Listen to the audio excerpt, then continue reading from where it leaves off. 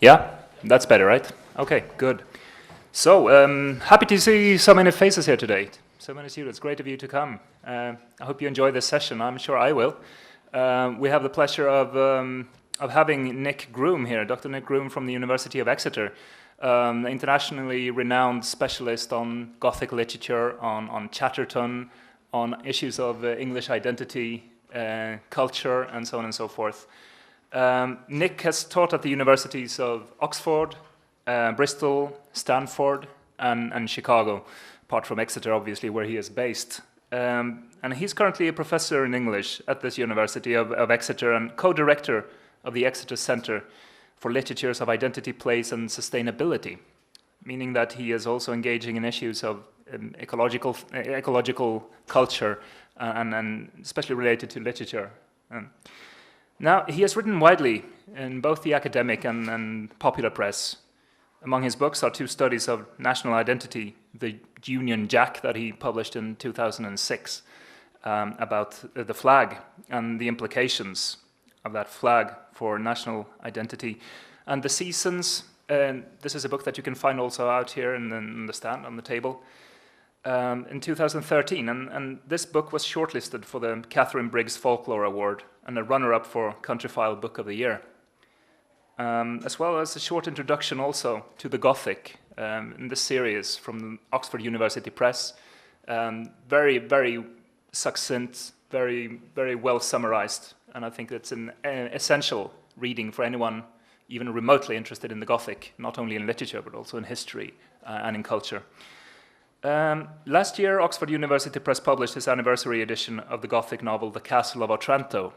And he has another two editions in press also for Oxford, The Monk by Matthew Gregory Lewis and The Italian by Anne Radcliffe, that will be published this year, next year? 2016. Nick has been interested in Tolkien since before he was an undergraduate. And his first publication was in the newsletter of the Tolkien Society when he was aged 14 years old. So he's been around a while in Tolkien studies.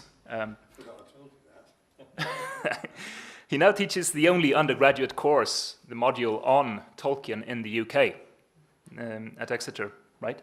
Yeah. And he had an essay in Stuart Lee's Blackwell Companion to Tolkien that was published last year, among many other things that he continuously publishes on many different issues. So, it's a pleasure for me to introduce Nick Groom here today. He will be giving his talk on the Gothic, the nation, and the Inklings. So, whenever you're ready, Nick, thank you. Well, thank you very much, Martin. I'm delighted to be here. It's my first time in the Basque Country, and I'm very pleased to be at this inaugural conference organised by Martin, Raoul, and the team here. So thank you. Now, this paper develops my thinking about Tolkien and his relationship with English literature. I'm attempting to unravel further Tolkien's relationship with his use of Gothic motifs of national identity. And my own particular account of the Gothic is historicist. By which I mean I'm looking at the cultural and political understandings of the term, rather than taking, say, a psychoanalytic or semiological approach. I'm arguing that the Gothic is a characteristically English style of literature, architecture, art, and folklore that emerges from politicized cultural identities or cultural memories, that it's a distinctive imaginative response to history, which is developed in which antiquity is being perceived as haunted and ruinous, remote from modern society, and yet responsible for and indeed potentially present everywhere in modern society. So the Gothic imagination is consequently a reminder of historical progress and also at the same time a lament for the lost past. It's a guarded suppression of the violence of history that's nevertheless led to the present day. And I'll be talking about this in more detail in the next few minutes. One of the reasons that I'm particularly pleased to be here is to learn more about Spanish cultural attitudes to the Visigothic, the Visigothos kingdoms, and how that cultural inheritance might have influenced Spanish identity. So I'm therefore seeking to go deeper than simply talking about the macabre, the mysterious, the monstrous, the magical. What I'm trying to argue is that, at least in England, the Gothic was and still is a way of coming to terms with the processes of English and subsequently British and Irish history, which is why in the 17th, 18th and 19th centuries it had strong political, social and theological significance. So it's from this perspective that I'll be approaching Tolkien's work, and I'm afraid I haven't got time to talk about C.S. Lewis as well, but maybe we can do that during the round table tomorrow. So I'll begin with a concise account of the history of the Gothic before suggesting some specific examples from Tolkien. So I'm arguing that placing Tolkien within this English Gothic tradition can cast new light on his work and the ways in which he uses history. Now, most people in at least the English-speaking world, you may disagree, would associate the Gothic with 18th and 19th century terror fiction, and the Goths themselves with a thriving subculture and musical style that's been around since about the 1980s. Now, this isn't me. When I showed it to my wife, she says, "Is that you?" No, it's not me, but it is at Whitby Goth Festival a year or two ago. I have been to the festival, but that's not me. Now, if asked further, some people would say, well, the Gothic's also a form of medieval architecture. And the Goths, Visigoths, and Ostrogoths were ancient barbarian races who overran the Roman Empire, who might be associated with Attila the Hun and the discoveries at Sutton Hoo, which is the great ship burial excavated in England in the 1930s, exactly contemporary with Tolkien's work on The Hobbit. Now, all of these answers I've just given are broadly correct, but I want to concentrate on the middle part of that history, the 18th and 19th century connotations of Gothic and the Goths. The meaning of Gothic was highly perplexed, it was complicated in the 18th century, but strong threads, three strong threads are discernible. First, the Goths were defined as a Teutonic, as a Germanic tribe of the declining years of the Roman Empire, the period of late antiquity. Secondly, Gothic referred to a political theory derived from anti-classical values attributed to these barbarians. And thirdly, the term referred to the literature and especially the architecture of the Middle Ages and its revival in the cult of medievalism. So the Teutonic tribal Goths crossed the river Danube in AD 376 and by AD 410 had sacked Rome. So in the 5th century had sacked Rome. In the next century, the historian Jordanes, himself a Goth, provided his people with a rich theory of racial origins, far north of the Mediterranean. He described their migrations to a place called Scythia, which is in Eastern Europe on the edge of the Black Sea, and their current subsequent victory over the Romans. Now, historians and chroniclers then subsequently used the term Goth as a general term to cover the Germanic tribes, including the Angles and the Saxons and the Jutes. Jutes, it was thought, was a corruption of the word Goth. So these are the Germanic tribes who then colonize, migrate to other parts of Europe. So in this version of ancient history, the Goths were imagined to be part of the genesis, part of the creation of the English nation. They'd landed there in AD 449, halfway through the 5th century, under the lords Hengist and Horsa, the horse lords. And this is how the word Gothic began to develop its later political implications. Now, these ancient Goths and their language pervade Tolkien's writing. He acquired Joseph Wright's Primer of the Gothic Language in 1908 and 1909, and by the 11th of March 1910 was speaking in Gothic at a debate at his school. The debates were conducted in Latin, but he was playing the part of a Goth and spoke in Gothic. His first invented language was a supplement to Gothic, Gothic as he called it, which was supposedly spoken by the Geats of Beowulf, after which he wrote a Gothic poem, a poem in the language of Gothic, to suggest what literature had been lost by the Gothic inheritance not surviving. And while an undergraduate, Tolkien attended Joseph Wright's lectures on Gothic grammar before lecturing on it himself. And he admitted, "Gothic was the first to take me by storm, to move my heart. It was the first of the old Germanic languages that I ever met. I've since mourned the loss of Gothic literature. I did not then. The contemplation of the vocabulary in a primer of the Gothic language was enough. A sensation at least as full of delight as first looking into Chapman's Homer, though I did not write a sonnet about it. I tried to invent Gothic words." Now, as you may recognise, the allusion there on first looking into Chapman's Homer is the romantic poet John Keats's sonnet with that title. And while Tolkien admits that he did not write a sonnet about Gothic, ultimately he endeavoured to recreate the entire culture. So early in his career, in the translation of Beowulf, which was published finally last year, which he made while at the University of Leeds, Tolkien equated the Geat people of Beowulf with the Goths and lectured on the legends of the Goths. They became woven into his mythology.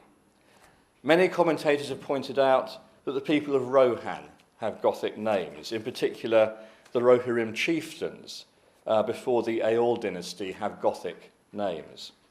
And there was a tradition that Gothic meant horse folk. So the Rohirrim are not simply reinvented Anglo-Saxons, as we might commonly take them to be, but Goths. But indeed, Sandra Bailiff-Strobhauer has argued that the marriage of Faramir to Éowyn at the end of The Lord of the Rings is reminiscent of the dynastic marriages between Romans and Goths in late antiquity. They're coming from different cultures, different peoples. And Appendix F of The Lord of the Rings also offers Gothic names for hobbits, such as Calimac Brandagamba for Meriadoc Brandybuck. Tom Shippey has pointed out that the Battle of the Pelennor Fields is based on the Battle of the Catalonian Plains, fought in AD 451 between the Romans and the Visigoths against the Huns supported by the Ostrogoths. Names in Tolkien's work The Lost Road are also taken from the Gothic, and the associated poem King Sheev is a Gothic myth. Most explicitly, the legend of Sigurd and Guthrun, Tolkien's version of which was published 2 or 3 years ago, assimilates the Gothic narrative poem in Heidrech's saga as the battle of the Goths and Huns. Moreover, in an unpublished lecture on the Goths, Tolkien wrote, "In vain we regret the past or speculate on what might have been, yet it is inevitable that we should regret. In dealing with the Goths, regret cannot be avoided. If not regret for what might have been, at any rate, regret for our altogether scanty records of what was, the vanishing of their tradition, literature, history, and most of their tongue." So rather than seeing the Goths as the barbarians who had brought about the collapse of the Roman Empire, Tolkien argued that the Romans had brought about the ruin of Gaul and the submergence of its native language or languages, arts and traditions, dooming to obscurity the debate and history of perhaps the most remarkable of the Cymric-speaking peoples. As is clear from Tolkien's own comments, the Gothic was, in effect, an alternative to classical civilization. And in this, he is echoing the work of earlier 16th and 17th century antiquarian historians. The Goths were barely mentioned throughout the Middle Ages, the medieval period. But by the Renaissance, Italian painters and architects began to denounce as Gothic everything not built in the Roman style. That included Neolithic standing stones and stone circles, as well as Romanesque and Norman churches and medieval cathedrals. It had the result of encouraging a wider interest in Gothic itself. So some 16th century antiquarians followed the Gothic historian Jordanes in arguing that the Goths not only originated in the north, but were the purest northern race and exemplified robust and hardy northern values. These historians suggested that the Goths displayed an instinctive love of liberty, and that it was this that had enabled them to overcome the tyranny of the oppressive and decadent Roman Empire. And further examples of the Gothic championing of history and of freedom were evident in English history, it was thought. And so the Gothic spirit was identified with great moments in the progress of the nation, where the people had demonstrated their Gothic roots by rebelling against imposed, especially foreign, authority. So the presentation of Magna Carta, which is the constitutional rights of the people, was seen as a challenge to Norman oppression, to the Norman conquest imposed after 1066, and was seen as a central instance of Gothic liberty being expressed in England. By the 17th century, then, the Gothic in England had developed into a theory of politics and history. It was anti-classical and anti-absolutist. In other words, it was anti-despotic power. One consequence of this growing emphasis is that later political debate in the 16th and 17th centuries was rooted in studies of the past. Not only did this research seek to establish where these ancient tribes had gone, what were the origins of racial identity, and what were the foundations of national character, but they also focused on key historical events, such as the crowning of William I, or William the Bastard, in 1066, to assess whether the Norman invasion of England had really been a conquest, or simply a way of replacing one Saxon ruler with another. These theories of what was called Gothic polity were developed by the parliamentarians, those who believed in parliament over the authority of the king, in arguing against the attempts of Stuart kings such as Charles I to take more and more power.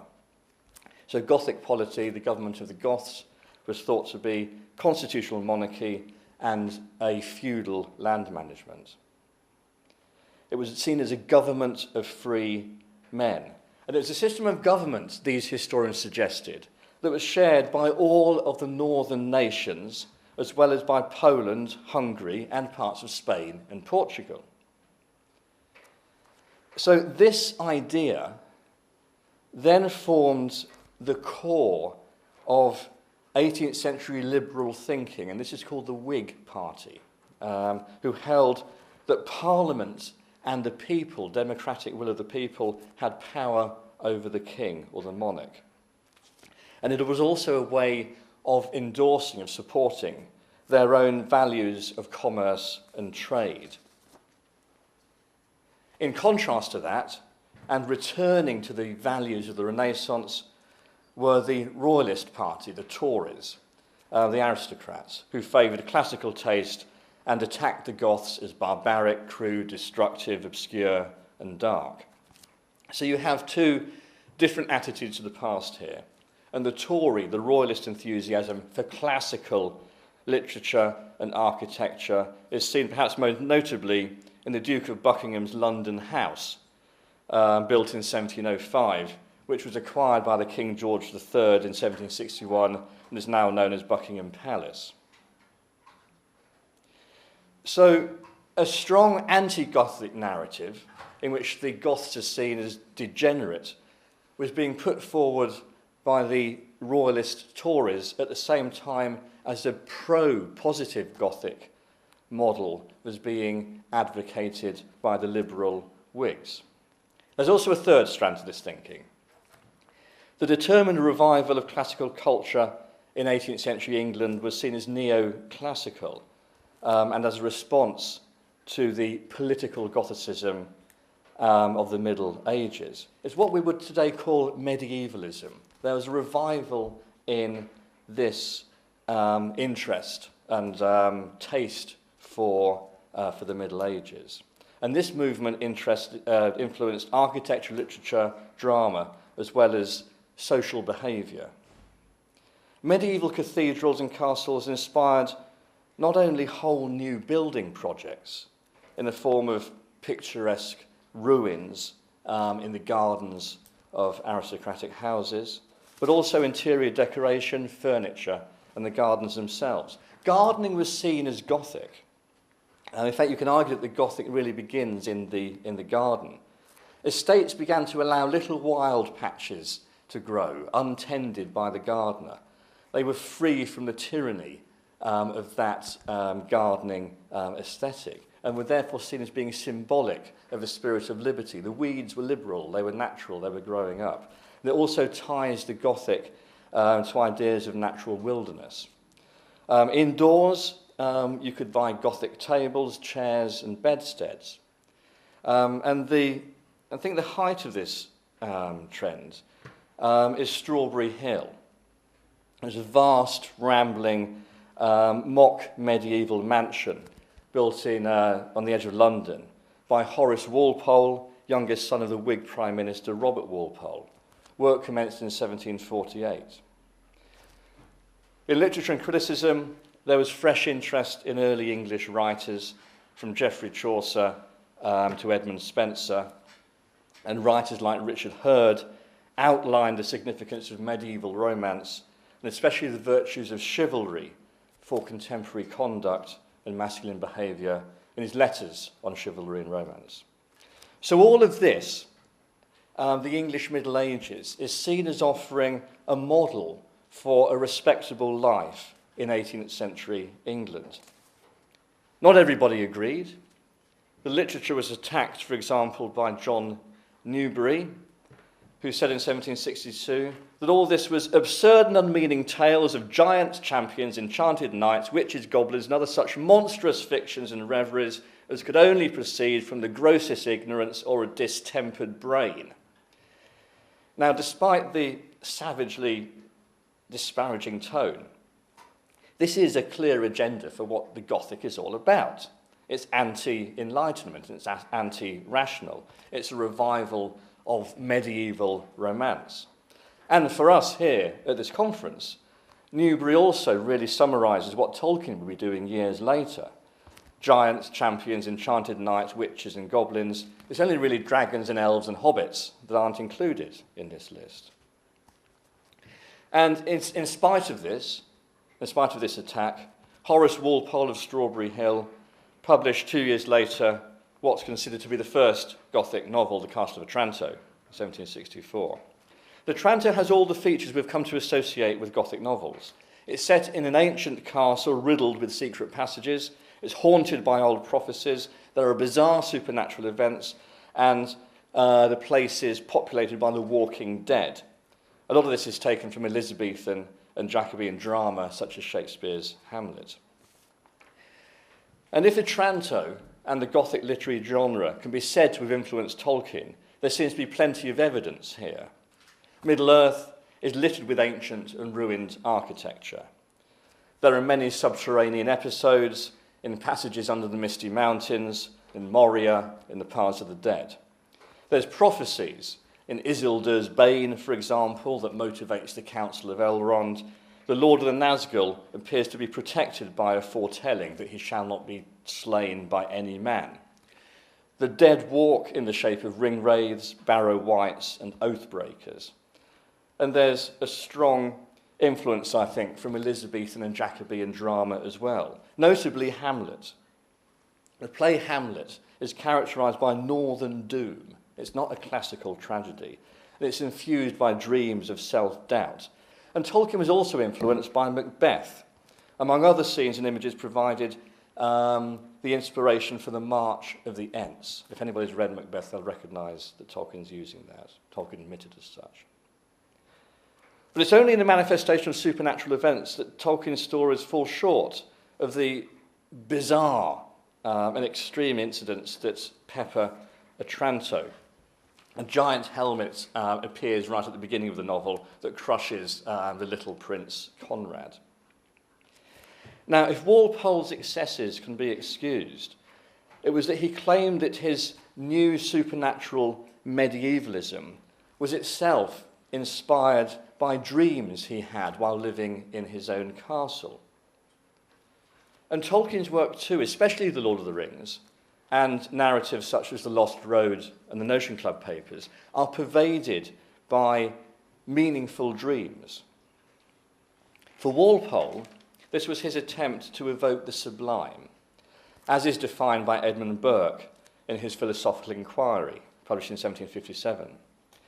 Now, this theory best expresses, I think, the impulse behind the Gothic passions. For Edmund Burke, the sublime experience was typified by the experience of terror and immense power, and this is heightened by obscurity. Obscurity allows the mind to engage with the infinite. It gives a sense of the limitations of the mind. So Burke writes that an immense mountain covered with a shining green turf is nothing in this respect to one dark and gloomy. The cloudy sky is more grand than the blue, and night more solemn and sublime than the day. And drawing on examples from English literature, Burke famously quoted John Milton, his description of death in Paradise Lost, with which some of you may be familiar. Now, I'll read this out because I think you can see very clear connections, I think, now with Tolkien. This is death. The other shape, if shape it might be called, that shape had none distinguishable in member, joint, or limb, or substance, might be called that shadow seemed. For each seemed either, black it stood as night, fierce as 10 furies, terrible as hell, and shook a dreadful dart. What seemed his head the likeness of a kingly crown had on. Now, the manifestation of death in Paradise Lost has a real sort of horrid palpability, which is immediately recognisable to the reader of Tolkien. The Lord of the Rings is a book full of shadows, from the pitiless gloom of Moria. Above them all as they lay hung the darkness, hollow and immense, to the suffocating blackness of Shelob's lair, from a knife in the dark to the coming of the great darkness, from the dreadful arrival of the ringwraiths, so black were they that they seemed like black holes in the deep shade behind them, and the confrontation between Gandalf and the Lord of the Nazgul, a great black shape grown to a vast menace of despair. The Witch King himself is like a compound of shadows and nothingness, very like Milton's account of death. In fact, the Witch King says, "This is my hour, do you not know death when you see it?" It's worth noting in passing that other Miltonic imagery also seeps into Tolkien's work. Milton's lurid depiction of sin, for instance. Sin is this female whose womb holds hellhounds. Lies, I think, behind this rather abject description of the female monster Shelob. She served none but herself, drinking the blood of elves and men, bloated and grown fat with endless brooding on her feasts, weaving webs of shadow. For all living things were her food, and her vomit darkness. Far and wide her lesser broods, bastards of the miserable mates, her own offspring that she slew.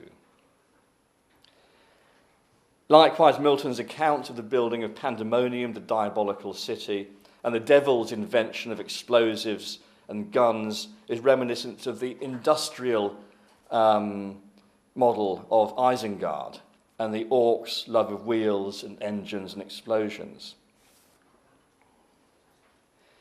I'm not arguing that Tolkien was directly influenced by Milton, he might have been, but rather that his version of the sublime, of the power of obscurity, is recognisably Burkean. It's through Burke's understanding of Milton. And I think this is an important point for several reasons, which I'll outline and then go into in a little more depth.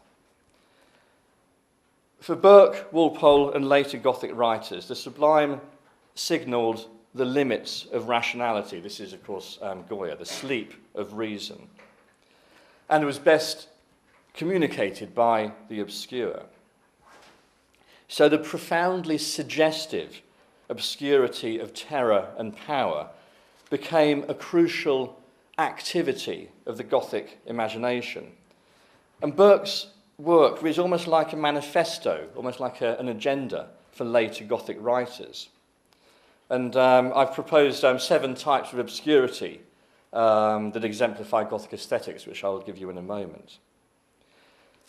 It's also important to understand that the sublime became a fundamental constituent of a particularly political form of literature, of the Whig Party, of the Liberal Party. So this way of writing wasn't independent of party politics at the time. Poetic creativity, the sublime, had a strong political significance. The Tory writers, the royalist writers, were imitators. They imitated classical writers. Theirs was a craft. They saw themselves as members of the court, as Augustans, engaged in social and political commentary and satire. The Whig writers, the liberal writers, were melancholy, reclusive, looked like they were living in other worlds. They were enthralled by the ancient past, intoxicated with the powers of the imagination. And so we get the Whig intellectual, the Earl of Shaftesbury, describing how poetry is a divine, God-given activity. He says the poet is indeed a second maker, a just Prometheus. Remember, Prometheus stole fire. So the poet steals fire under Jove. Like that sovereign artist or universal plastic, that's palpable nature, he forms a whole, coherent and proportioned in itself, with due subjection and subordinacy of constituent parts. This sounds very like Samuel Taylor Coleridge, the Romantic poet, writing more than a century later, that the poet diffuses a tone and spirit of unity that blends and, as it were, fuses each into each by that synthetic and magical power to which we have exclusively appropriated the name of imagination. So the Romantic emphasis on originality and creativity, which you've all seen, I think, in Frankenstein, was directly derived from the previous century's politics of creativity, writing seen as a form of commerce, of entrepreneurship. In terms of Tolkien, while we might think of Fëanor, who created the Silmarils, as a Promethean artist-creator, similar to the Romantic genius, he also draws, therefore, on a much longer tradition, identifiable in Shaftesbury, also Neoplatonic thinking and philosophy, the tragic heroes of Shakespeare, of ancient Greece, and the covetous materialism in biblical parables of the New Testament. So this way of making the imagination powerful and creative is itself dramatically evident in the 18th century, and the attention given to the sublime as an effect which is linked to freedom and lack of restraint and rebellion. So I hope you're sort of seeing how it overlaps now with the way in which the Gothic race were imagined politically. In fact, the first English version of Longinus's treatise on the sublime had appeared in 1652, in other words, just after the British Civil Wars, as the work of a Republican poet and writer. So even then, the idea of the sublime is being equated, it's being linked with Republican government and Commonwealth, in other words, with the extreme left wing of politics. And other critics have charted the relationship between poetic passion, originality, and the spontaneous in the work of later critics. So Burke's work on the sublime is supporting this Whig attitude towards politics and creativity, and that's what influences later writers. So the sublime, like the Gothic, is a political element of the period. Or to put it another way, the theory and practice of the sublime underlines and emphasises the political basis of the Gothic.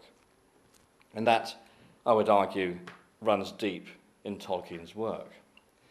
Now, the 7 types of obscurity I mentioned earlier might be summed up like this, and this is what I've derived from Burke, and I think that it applies to a lot of Gothic writing, and I'm going to look at it in particular in Tolkien's work. So we could have meteorological obscurity. In other words, mists, clouds, wind, rain, storm, tempest, smoke, darkness, shadows, and gloom. Gothic novels are sort of full of this bad weather, if you like.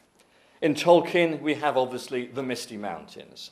We have mist on the road to Bucklebury Ferry. We have fog on the Barrow Downs. We have Weathertop and the storm there. The great darkness on the Plenary fields. Secondly, there's topographical obscurity. In other words, an obscure landscape. Impenetrable forests, inaccessible mountains, chasms, gorges, deserts, blasted heaths and moors, ice fields, or the boundless ocean. Again, those are elements that you'll recognise from your reading of Gothic novels. Tolkien, too, has this topographical obscurity. Mirkwood and the Old Forest, Caradhras, the Dead Marshes, Thangorodrim, and the idea of the uttermost west. Thirdly, architectural obscurity. In other words, buildings that complicate and make things difficult for characters.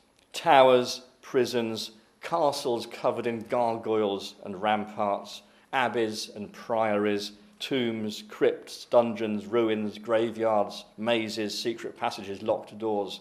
All of these are recognisable in Gothic novels. Many examples in Tolkien as well. Dol Guldur, where the necromancer is revealed to be Sauron.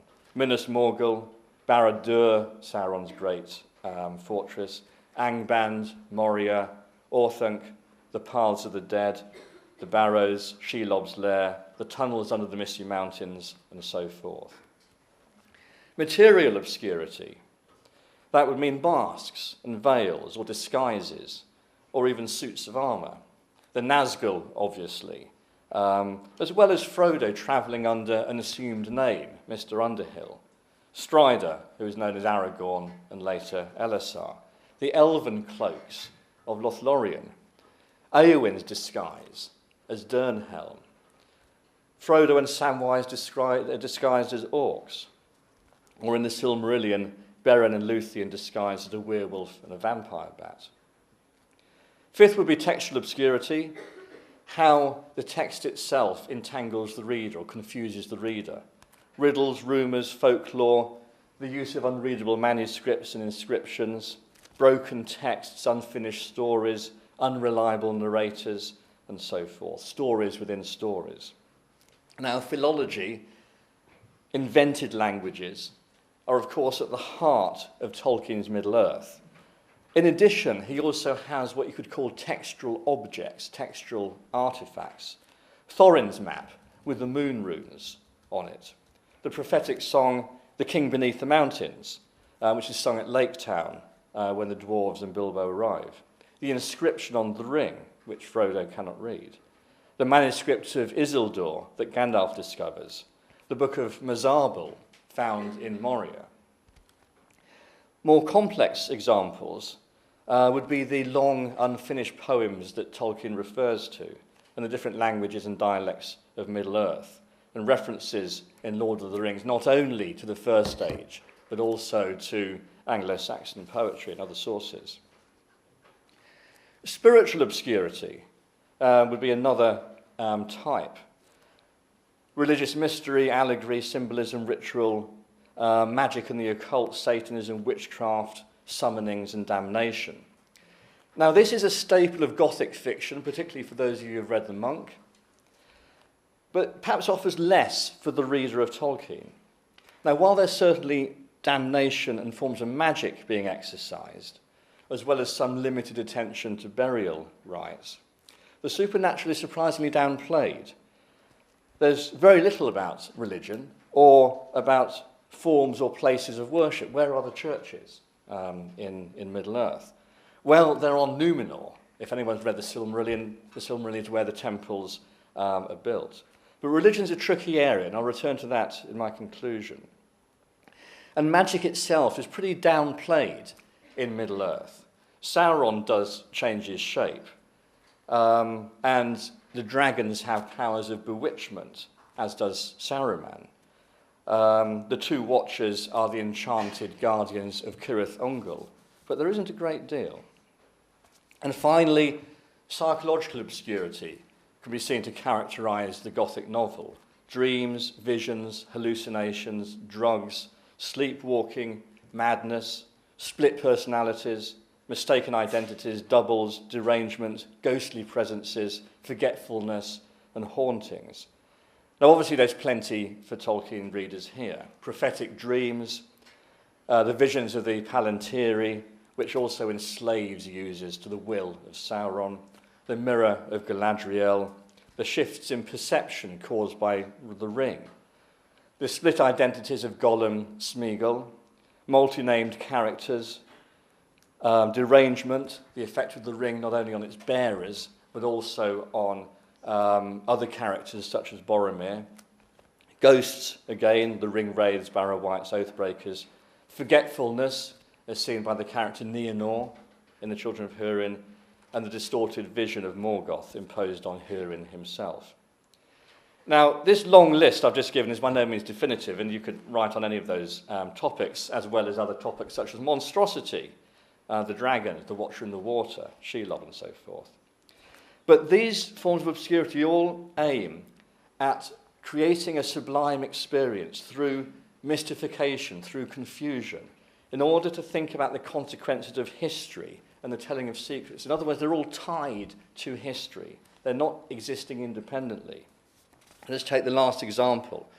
The devastating plot of The Children of Húrin, for those who've read it, is driven by exposing dreadful secrets in the revelation of the past, and that secret is incest.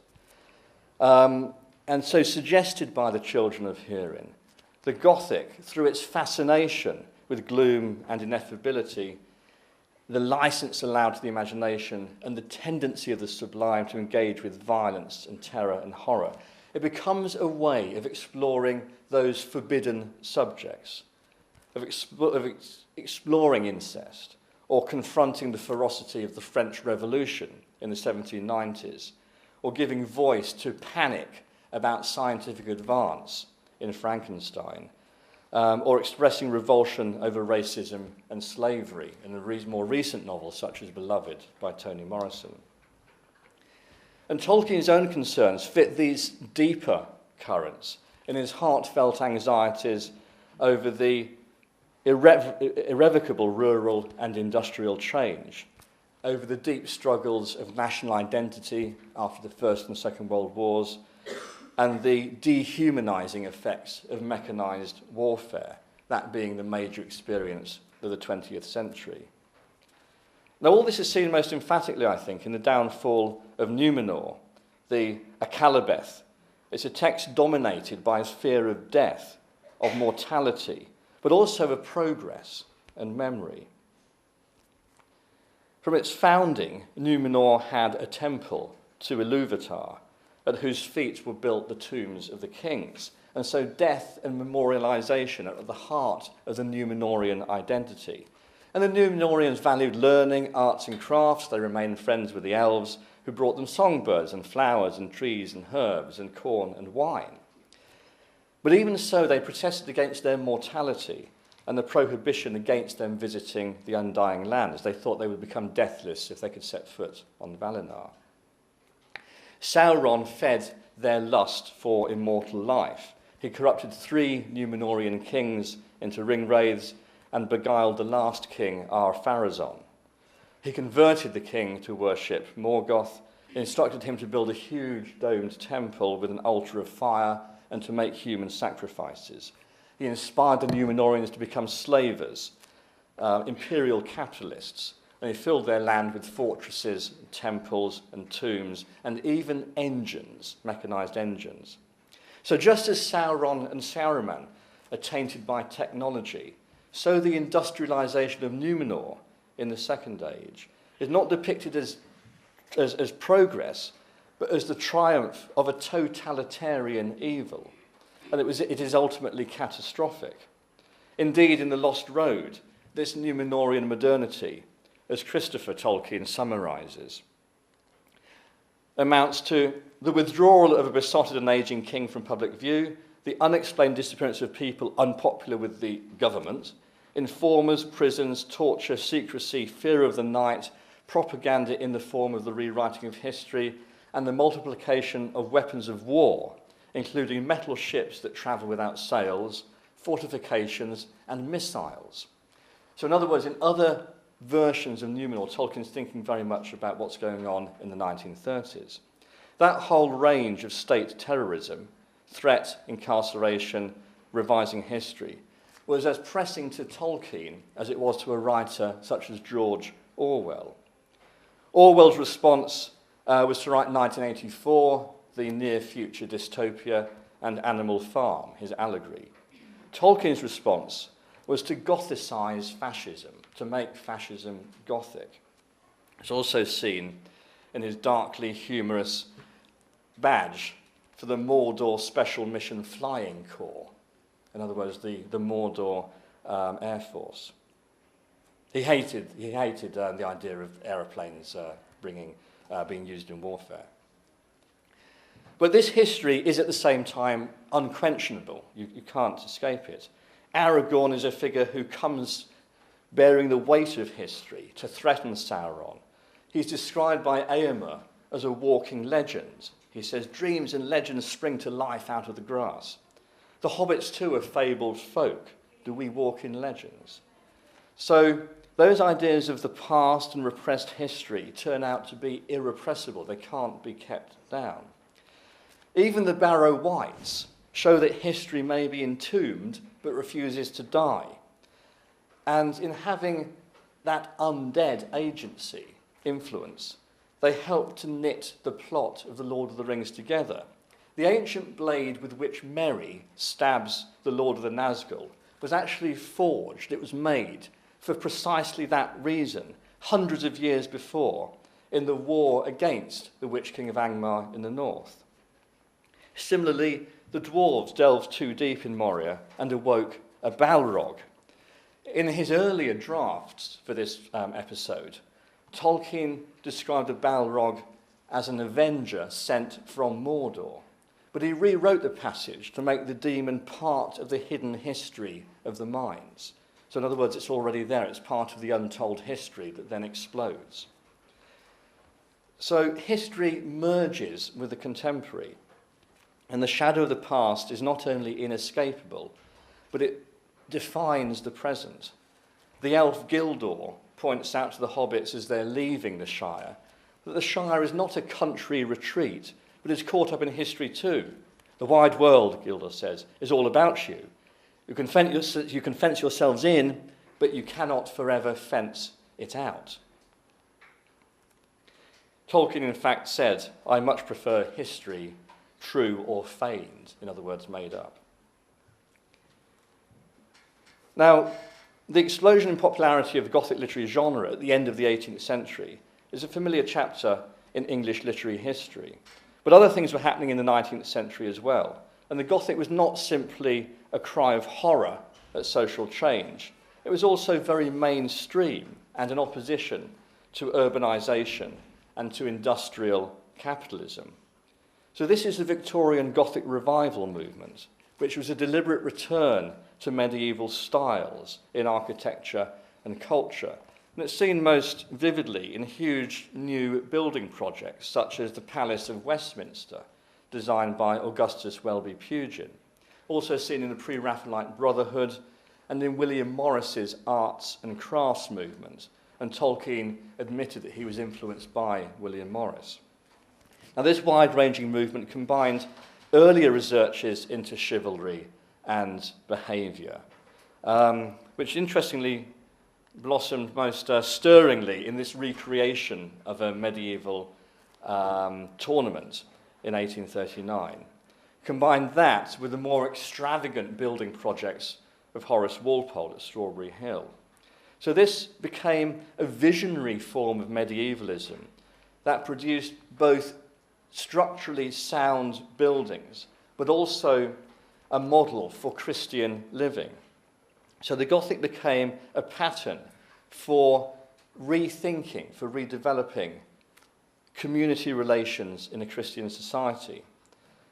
The practices of medieval craftsmen, building pointed arches and ribbed vaulting and flying buttresses, received an enthusiastic new lease of life.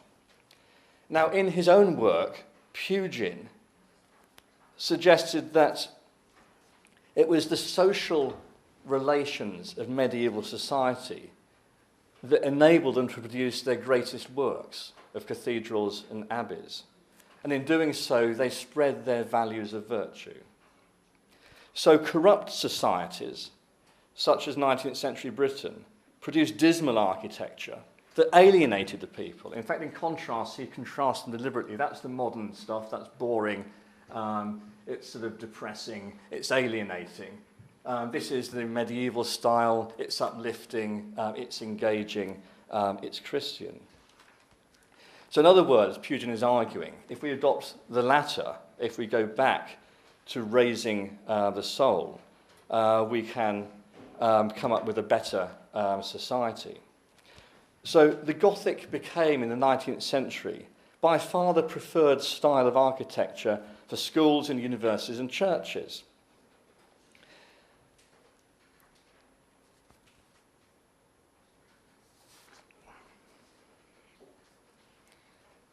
This had a problem at the heart of it, though. Understanding history in this way, as a progress, was already a Whig liberal narrative that had at its basis the defeat of the Middle Ages. And not just the Middle Ages, but the Catholic Middle Ages. Gothic was too much associated with liberal values of the Whigs, with parliamentarian values. It was also Protestant and profoundly anti-Catholic. In fact, the English Reformation was declared to be a repeat of the original 5th century Gothic rebellion against Roman tyranny. This time it was argued that it was standing against the Roman Catholic Church as opposed to imperial Rome. The executed monarch Charles I had strong Catholic sympathies, and after, in England, William of Orange took the throne, an act of settlement ensured that succession to the English throne would remain exclusively Protestant. That was the nature of the progress that the Whigs were advocating here. Of course, for Tolkien, this is doubly distressing. He was both a Catholic and a medievalist. So Tolkien doesn't write as Protestant writers did of the 18th and 19th centuries. They envisaged history as overcoming, as defeating, as replacing the Catholicism of the Middle Ages. Rather, Tolkien is writing as an active medievalist, seeking to reconnect and revive the old northern identities. And in this, he's actually in the tradition of other Catholic Gothicists. Richard Verstegen, for example, wrote A Restitution of Decayed Intelligence in 1605. This attempted to restore Germanic national origins and early Catholicism to the English identity through arguments based on philology and legendary evidence. And the parallels with Tolkien are very striking here. Edmund Burke, about whom I've spoken, the architect of the sublime, was also a political Gothicist in his reflections on the revolution in France. He was born in Ireland to a Catholic family, spent much of his time with his mother's Catholic family, despite being sent to the Protestant university there. He never forgot his deep roots in Catholicism. So, considering Tolkien's Middle-earth, I think this tradition of Catholic Gothicism reveals that The Lord of the Rings is a work of the Gothic revival, but particularly of Pugin's Gothic revival. Pugin, like Tolkien after him, was a Roman Catholic and deplored the English Reformation and the destruction that it had enacted upon medieval architecture and society and culture. So Pugin's aim was to revive medieval social structures, not as an expression of repressed guilt at the sometimes brutal course of progress, but because they were consistent with his faith, which was itself continuous with the Middle Ages. So he's aiming at continuity with the Catholic Middle Ages, unbroken by the Reformation. And Tolkien's Middle-earth is in the same tradition. Although Tolkien may have adopted many of the characteristics of Gothic novels, he did not write novels of terror or horror, but he investigates hospitality, chivalry, courage, social responsibility, and the challenges of progress in anxieties over rural and industrial transformation. It's also noticeable that the elements of the Gothic sublime that Tolkien does use are predominantly in The Lord of the Rings. There are far fewer in the Silmarillion, with the exception of the great tales of Beren and Luthien and Turin Turambar and the Akallabeth. Now this is because much of the Silmarillion concerns the plight of the elves, and elves are immortal. They do not have the same relationship with history as do the race of men, or indeed hobbits. So it's only when the focus is on men that Gothic motifs such as vampires and werewolves, doom and bewitchment, demonism and tyranny, and all the other Gothic paraphernalia become prominent. All of those spiritual and supernatural ways of disorientating or confusing the reader, the ways that are so beloved of Gothic novelists, are focused on the stories about men, because men have from Ilúvatar what is described as the gift of death. Death, in other words, gothicizes time. This thing all things devours in the riddle game. And dying too, especially martyrdom, is much more akin to Catholic than Protestant accounts. Before he wrote A Restitution of Decayed Intelligence, Verstegen had produced a Catholic martyrology, the theatre of cruelty, that detailed the persecution of Catholics. These Catholic martyrs are distinct from the Protestant martyrs described by John Foxe in his Acts and Monuments. They're less forensic, more transcendent, hidden from witnesses, passing into another realm. The death of Boromir, which happens off stage, effectively, is a prime example. And finally, Tolkien's Catholic Gothicism even suggests a covert Jacobitism to kings and sovereignty. Two instances stand out. The song sung at Lake Town, "The King Beneath the Mountains Shall Come Into His Own," is based on a late 17th century ballad, "When the King Enjoys His Own Again," which is sung by royalist and Catholic rebels throughout the rebellions against the Protestant monarch, known as the Jacobite rebellions. Similarly, the destiny of Aragorn, summed up in the title of Volume 3, The Return of the King, allude to the restoration of Charles II after the Republican Oliver Cromwell's Commonwealth. Tolkien did suggest different titles for his volumes, but The Return of the King was suggested from the outset. It's no coincidence. So for Tolkien, as for Verstegen and Pugin, and also for the 8th century monk, the Venerable Bede, the Goths were the earliest and Germanic Catholics. They are an alternative to classical paganism and to Protestantism. Tolkien said that the Gothic language had reached the eminence of liturgical use. In other words, the Lord's Prayer and various Gospels were translated, but failed owing to the tragic history of the Goths to become one of the liturgical languages of the West. That was because they adhered to the Arian heresy, which disputed the divinity of Christ.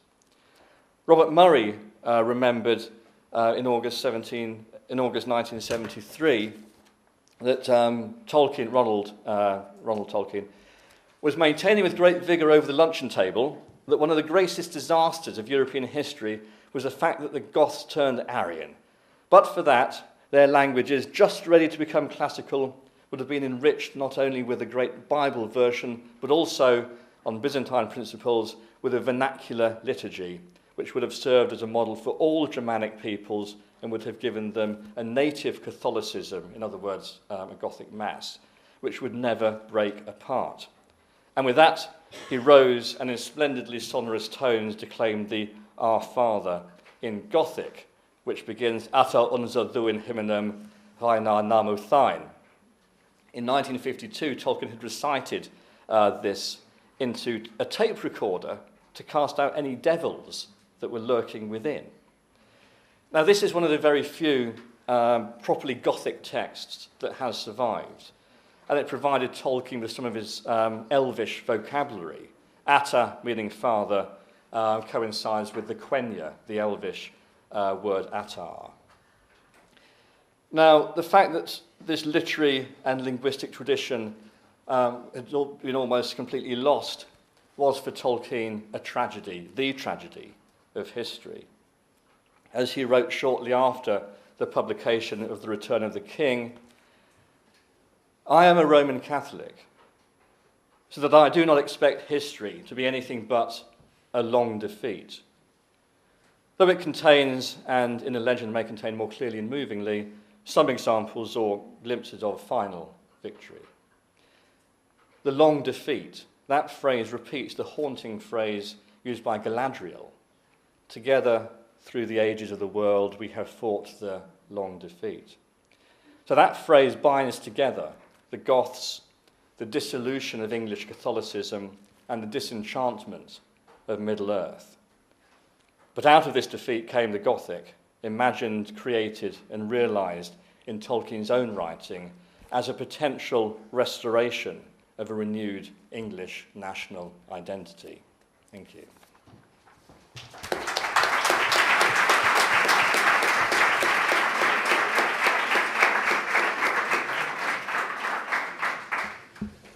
Wow, this was quite a mouthful, Nick. I mean, you have illuminated us plenty here today, I think.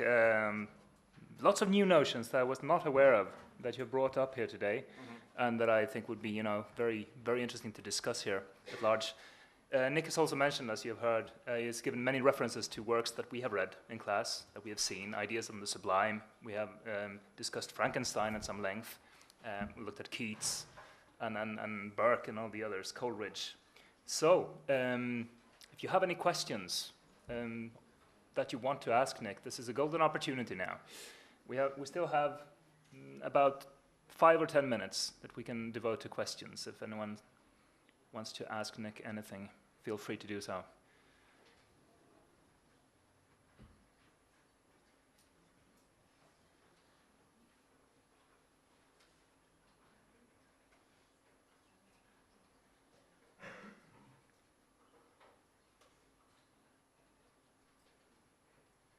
Okay.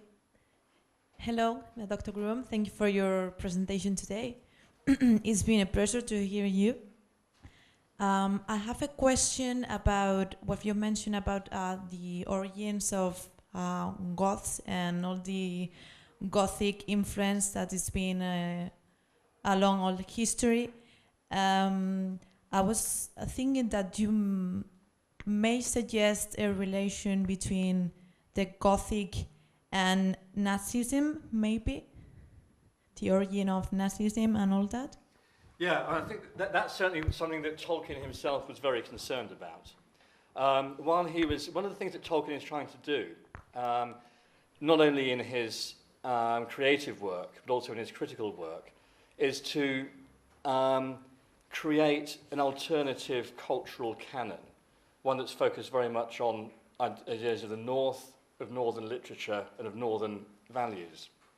And he realised that the Nazi Party were doing something similar in Germany throughout the 1930s, partly by championing the work of Richard Wagner. So, although Tolkien certainly had an interest in Wagner, and Wagner was using similar sources, he worked to distance himself from Wagner. He famously said, the only thing that I share with Wagner is the fact that we each describe a ring and both rings around, as as Thomas knows. Which is not quite correct. No, it's not correct. Not No, correct. He no. actually took the motive from Wagner about this kind of the power of the ring, which is not in the original Nordic sagas, and so that's why he was very so concerned that the Nazis also misused that. Indeed, exactly. Yeah. On the other hand, he does. Wagner also downplays the role of women, and so Tolkien is very interested in the role of Guthrun, for example. But he was aware that his work ran the risk of being contaminated by that fascist ideology. And so that's one of the reasons I think that he's thinking about not only industrial and technological progress in Numenor, for example, but is also thinking about the effect that this has on social life and on politics. Now, in terms of how the Nazis used those Gothic myths, there is a different tradition in Germany, as there's a different tradition in Spain, and it'd be interesting, I think, over the course of the next day to think about whether the Spanish inheritance of the idea of the Gothic has any similarities to what's happening in England, and whether the German experience is comparable or not. I suppose finally you can argue that Tolkien does succeed in separating his version of the Gothic and also of Northern identity from the taint of Nazism, because look where we are now, and in that sense, we don't read Lord of the Rings and think that it's a sort of a crypto-Nazi novel. He has succeeded in redefining what that relationship would be, and I would suggest that it's through the Catholic Gothicist inheritance that he develops. Thank you. A challenging question. Right. More questions? Anyone else in the audience? I'm quite happy to talk over the next day or so as well, if anyone wants to talk, without having to talk in a big hall. Exactly. Which can be intimidating. So also tomorrow we'll have an opportunity with the roundtable session to ask questions to Nick and to Thomas as well after his plenary talk as well. I was wondering, Nick, one of the things that I've come to learn throughout the course of this talk is that it seems like Tolkien is using the Gothic then to denounce progress in a way, but at the same time he is denouncing the Gothic. Yeah. Right. Yeah. At the same time, this indulgence in the horror and not taking an active response against anything. This defeatism, in a way, right? So it seems to be contradictory because he says also that you're fighting the long defeat, and that's what we do. That's what he does as a Roman Catholic, conceiving of history as a long defeat. But at the same time, he urges people to fight against it, right? Yeah, so it's very much what's sort of considered to be the credo of Northern courage at the end of the Battle of Maldon, that Tolkien alludes to in his radio play, The Homecoming of Beorhtnoth, Beorhthelm's son, which was actually broadcast, I think, in 1953, just as he was finishing The Lord of the Rings. And that is, the heart will be sterner, the will prouder, the spirit stronger, as our physical strength lessens. And so, the idea that you sort of keep fighting even though, defeat is inevitable. Right. And, The Lord of the Rings is one of the darkest novels of the 20th century. It is about defeat and loss, and the fact that, the world is a much lesser place at the end than it is at the beginning. Destroying the ring isn't just about defeating Sauron, it's about dissolving Lothlorien and doing away with Rivendell. And all of the magic, all of the fairy, all of the enchantment goes. So it's what you're prepared to sacrifice in order to end up with, a better and more stable world. Exactly. You sometimes have to get rid of everything you love to prevent the thing that can't be allowed to happen. Right, and he also hated, and he states this in a letter, that he hated Hitler for his misappropriation of this idea of the Northern courage to fight the long defeat, to fight. That was, in his sense, in his way of thinking, Hitler had misappropriated and misapplied this idea of Northern courage and making it forever accursed, he says in his letters. And making it triumphalist as well, rather than having yes. Much more that much sort of darker root. So he wanted to rehabilitate the notion of the Northern Yes. Courage through his work and Yes. putting it in a different light. Yeah. I think it's very interesting to think about that in terms of the posthumous works. The Silmarillion is a very challenging work. It's best if you read the Silmarillion backwards. Start with the last bit on the Third Age and then read through it backwards. But in that, in the Children of Húrin, in Sigurd and Guthrum and so forth, you can see his attitudes changing, I think. But also, what we tend to forget with Tolkien is that he worked on these texts, in the most part, throughout his life. And it was a long life that was lived through epochal events, 2 world wars, for example, the aftermath of the world wars, rapidly changing society.